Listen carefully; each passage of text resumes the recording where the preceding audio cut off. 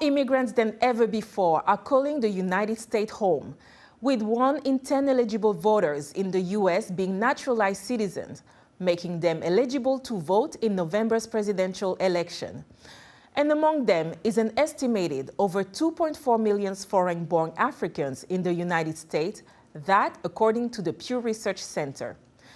This makes African immigrants a key voting bloc in the upcoming presidential election, with both political parties thinking this demographic could sway outcomes in the key battleground state. Hello everyone, and welcome to Our Voices. I am Jeannie Niwa, joined by my co-host Oriane Tangishaka and Simini Shekoye.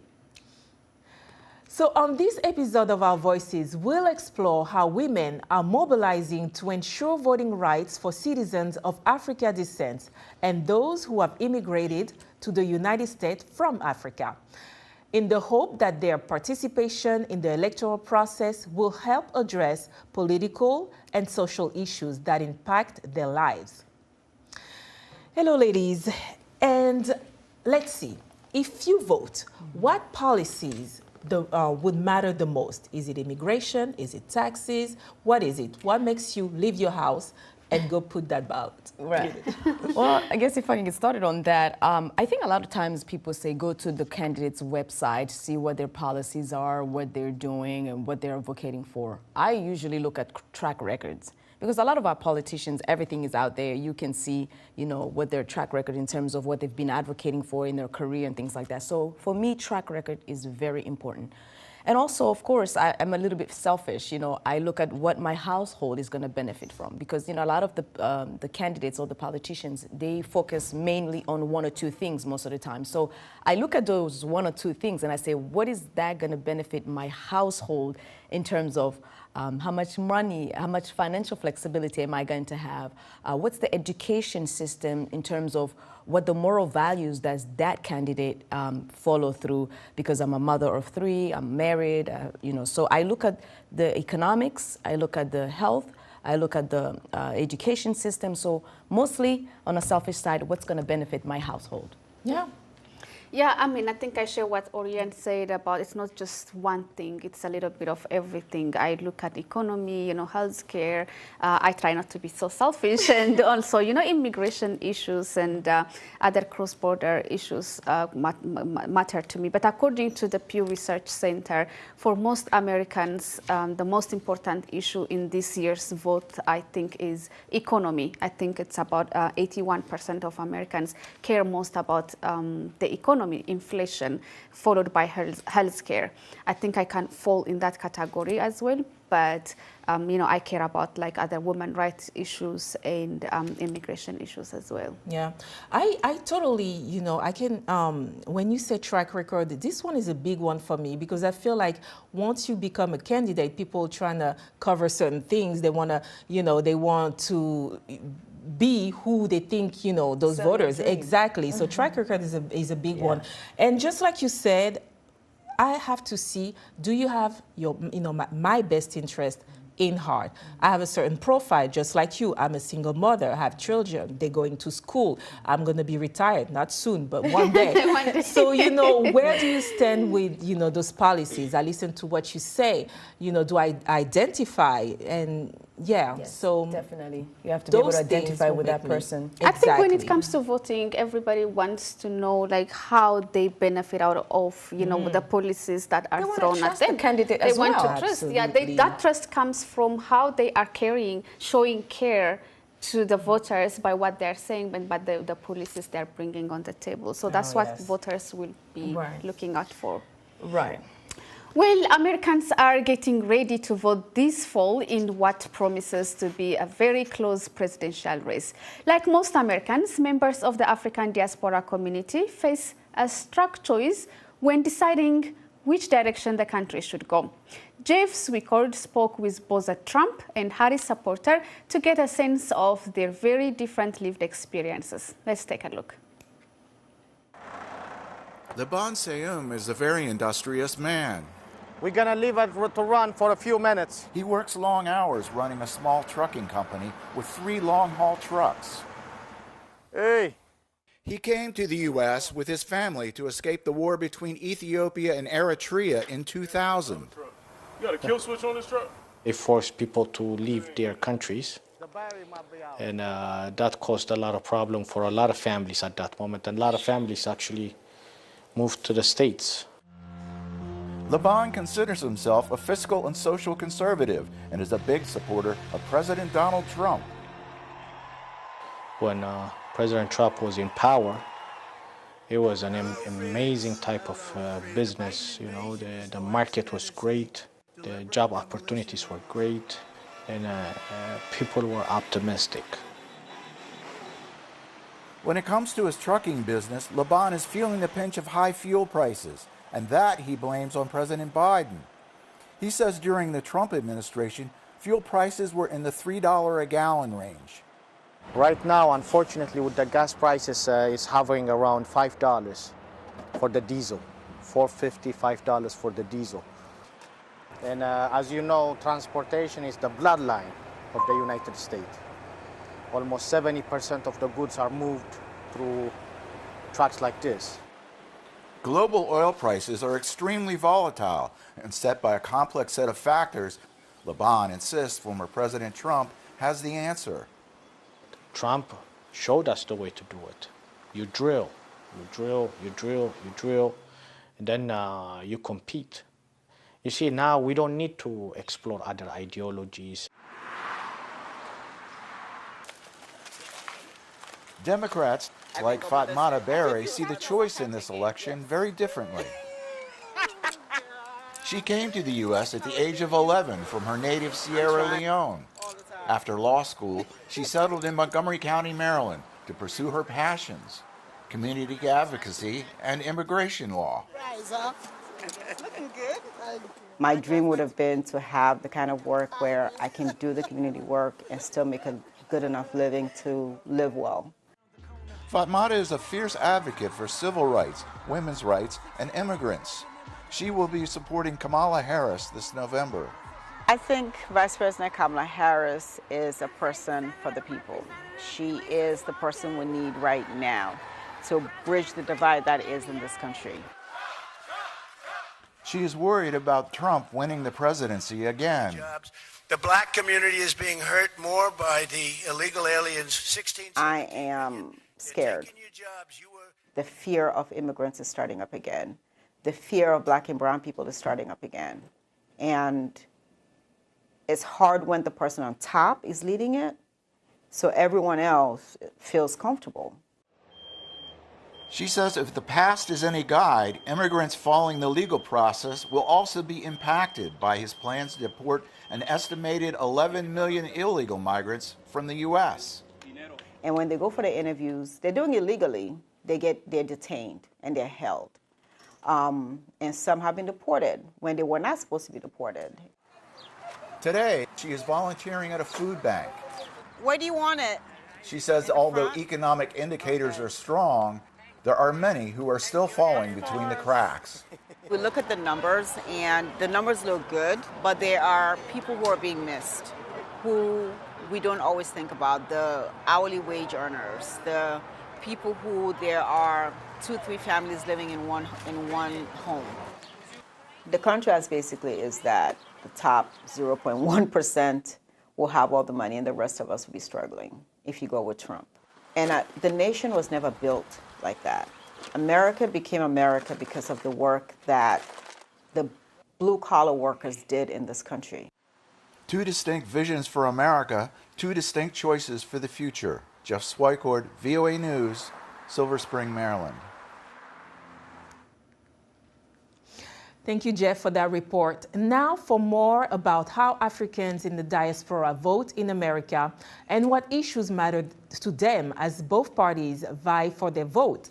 We have Ms. Nneka Achapu, the founder of Africa Public Affairs Committee, AfriPAC, a nonpartisan political organization that advocates policies for the empowerment of the African diaspora. She is joining us via Zoom from Houston, Texas. Hello and welcome, Ms. Nneka. Hello, good morning, and thank you for having me. Absolutely. Tell us, please, why is it important for African immigrants to participate and also to be educated on civic engagement?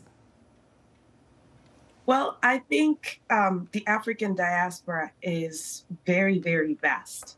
And we're not a monolith, as we heard from the various participants. We have Republicans, we have Democrats. However, in the last history, we have seen that the African diaspora has been almost kind of ignored. And so we as a community are rising up through organizing, mobilizing about this election and all subsequent elections, about how important it is for us to be participant of political action and in general, just civic engagement. So we've been doing a lot of education within our communities about why it's so important to be part of this election and voting. The community has, because we are so vast and so different, we have diverse experiences, viewpoints, and our heritages are different within the different African nations. So, but we have a common ground goal to demand for recognition as a voting bloc, respect and representation as an integral part of the fabric of America, ensuring that our voices are being heard. Mm-hmm. So can you tell us, like, what are some of the key challenges that African immigrants face when it comes to civic engagement and to voter participation in the U.S.? I think one of the things that we see mostly is apathy towards civic engagement and voting and all of these elements, because we're not used to it as a people to be involved in the political process. And so a lot of folks are in the shadows sometimes, not knowing why they should be out to the polls voting. But I think one of the major issues, major concerns that are showing up in spaces right now are riling people up to understand the importance of civic engagement and why they should vote. As many of other folks mentioned, this election is particularly important because of immigration, and particularly because of how Black immigrants, African diaspora, are being treated, perceived by the media. And so we are hoping that by bringing our folks out to vote, that we can show in a powerful way that we have voices and hopefully addressing some of these systemic issues that we have within our communities to create a system that works for all of us, and including the African diaspora into the fold. I see a lot of times we get engulfed within the African American Black engagement. However, it's important for everybody to realize that we have a strong, from every corner of the United States, we have a strong African diaspora that is ready to go and vote. Correct. Well, no, are there specific policies, maybe initiatives that AfriPAC is currently using to help Africans, especially to get the skills that they need to climb up the leadership ladder? We know that assimilation is very hard. The way we look at leadership is very different in the U.S. So what are some of the initiatives that are helping them gain those skills? Yes, so a lot of our programs are geared toward U.S.-Africa policy, and we do these informational sessions where we educate people on what is going on, what is affecting U.S.-Africa relations, and why on the side of, living, breathing here in America, why it's important. We also educate on taxation and things that kind of affect an African immigrant who has lived here for a long time. So we try to educate folks on the things that make policy in order for them to understand why some candidates are for one issue or the other. In the last, because it's election season, a lot of the work that we've been doing has been geared toward finding eligible green card holders to actually make the transition to becoming U.S. citizen. So we've been doing that outreach to our community in addition to registering people to vote. We've awesome. partnered with organizations such as the League of Women Voters, and we often go into the community to actually talk about the importance of civic engagement and voting. And so I am very, very, very proud of this work because the community needs to know that we are an effective part of this country. And the only way to make ourselves part of it is to be vocal about our issues, whether it's through policy changing mechanisms or advocacy. Those are the things that we focus on in order to get people's buy-in on why they matter to the United States and what kind of contributions that they make. That's great. And the fact that AfriPAC is a non-partisan organization, that's very important so that everyone gets to participate and gets to get the skills and the knowledge that they need to be good have civic engagement in America. Well, we'll have to take a pause right now. I'd like to thank Nneka Achapu of the African Public Affairs Committee, AfriPAC, about empowering the African diaspora in the U.S. for joining us via Zoom from Houston, Texas. It's time for a short break. Coming up, we'll take a closer look at crucial role women are playing in the U.S. upcoming election polls, and more specifically, how women of color are a force to be reckoned with in voter engagement in the U.S. presidential campaign season. We'll also want to hear from you. Join us on our Facebook, Instagram, and X, formerly known as Twitter, at VOA Africa using the hashtag VOA Our Voices. We'll be right back.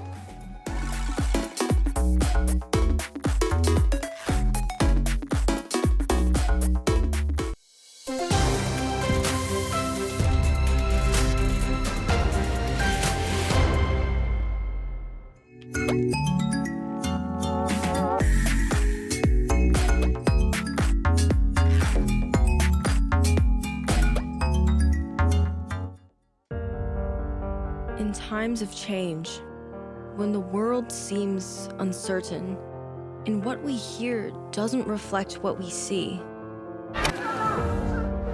we seek the truth. When we are told only part of the story, we lose trust. In moments of crisis, our dreams, hopes, and wishes for a better tomorrow depends on a free press. At Voice of America, we bring you the stories that people take risks to see. We connect the world and unite it with truth. At Voice of America, we show you the whole picture.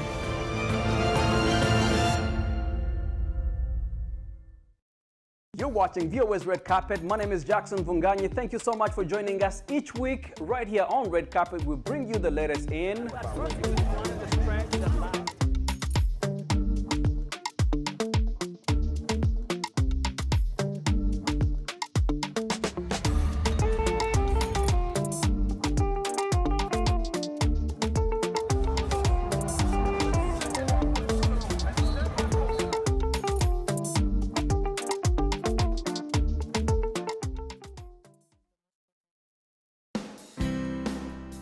health, wellness, sport, beauty, medical breakthroughs.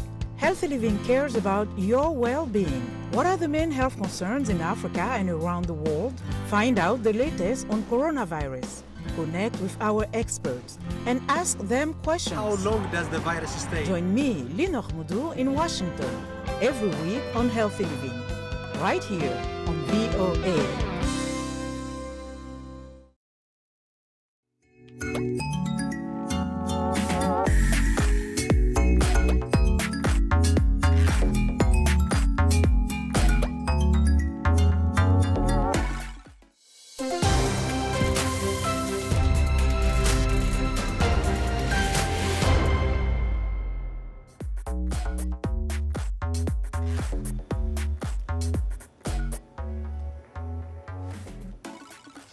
Welcome back. You are tuned to Our Voices, and we are discussing African diaspora vote in America.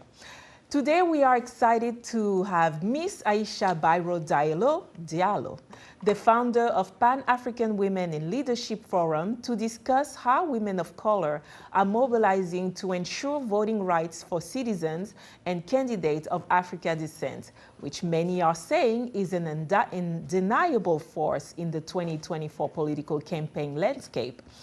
Thanks, Ms. Diallo, for being with us. Good morning. Thank you for having me. Absolutely. So please tell us, what strategy have you found the most effective in mobilizing women, especially African women? You know, like as they said, the African diaspora, we are about 4.5 million eligible citizens, and we are about 2.4 eligible to vote.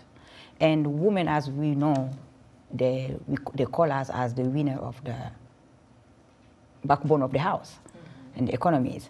So the strategy we use, especially right now at this moment for these elections, first of all is how to save democracy. You know, black women is a power voting bloc in the US elections. So we vote on all single things: education, the economy, and especially right now the diaspora is about immigration, because these elections is crucial. It's the most crucial election in our lifetime. So once we go there to convince the diaspora, you know, usually they say, oh, politics, we don't get involved. The first word I use to tell them is either you do politics or politics do you. So it's either way, you're going to be on that table, the discussion. Mr. I wonder, before somebody asks another question, these women voters are now Americans. Do they still feel concerned about immigration laws? Yes, they're still concerned about immigration laws. What you should know, most of the immigrant women, they are here, either they want to bring their wife or their husband or the kids that they left back home. And it's open, how are you going to join that family if that is become an issue? Immigration is an issue, right? So you cannot. And so you are directly concerned. Even as being as a U.S. citizen for over 10 years, you get now scared hearing all those immigration issues.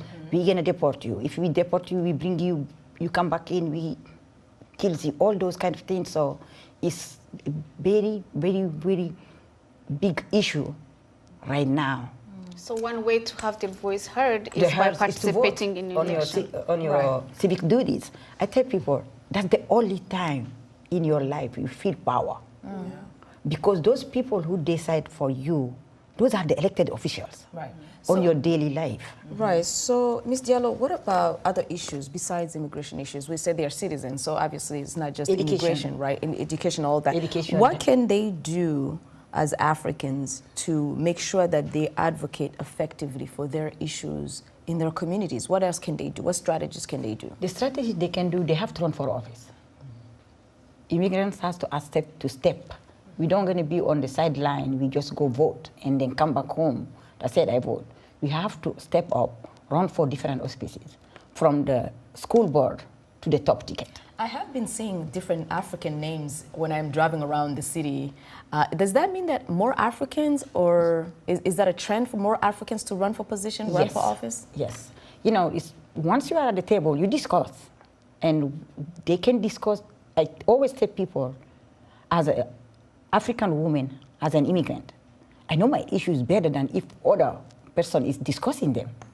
I know what I go through from my kitchen table. Besides immigration, just tell us one more thing. Issues we work. It's healthcare, kids education, and because childcare and all that. Now we're hearing. If you look at the different parties, if you look at the one side, they say they're gonna take out the education. Not the education. They won't have any secretary of education. That's scary, because that means, and they're telling kids as immigrants not to study our history in school, the books. So that's a main part for women. And second, healthcare. Most immigrants had the Obamacare, the Affordable Care Act. Most immigrants? Most immigrants use it. And if that is taken away from them, there are issues because most of us, we have preconditions. So now with the growing, as we mentioned, the growing political influence of Black women is increasing, it's growing over time. So what advice do you have for African immigrants, African diaspora communities seeking to expand their political participation, directly involving in this opportunity? In the US, the Black women sway always the vote. Either way, Republicans or Democrats. And I always tell women, when women lead, they are peace. When women lead, that the economy that grow. We grow the economy. And I asked, especially my sisters, the African women, immigrants that living in the US, most of us now are running for offices. They get involved. You cannot take that away. That's their voice. Once they're in, they can push a lot of changes, even for Africa to change. As they said, I tell people, they always said, wherever the wind of America goes, the world follows. Well, thank you, Ms. Diallo. On that note, we have to go. This is our show for today. Thank you to our guest, Ms. Aisha Biro Diallo, the founder of Pan-African Women in Leadership Forum, based here in Washington, D.C., and also Ms. Nneka Achapu of African Public Affairs Committee, AfriPAC, who joined us via Zoom from Houston, Texas. Be sure to watch our voices on the VOA website at voaafrica.com or our YouTube channel, where you can catch up on the latest episode and the latest news from around the block. Also, thanks to our editorial and production teams on our voices. We'll see you again next week with another exciting program. Until then, remember to stay engaged and make your voice heard. Have a great day.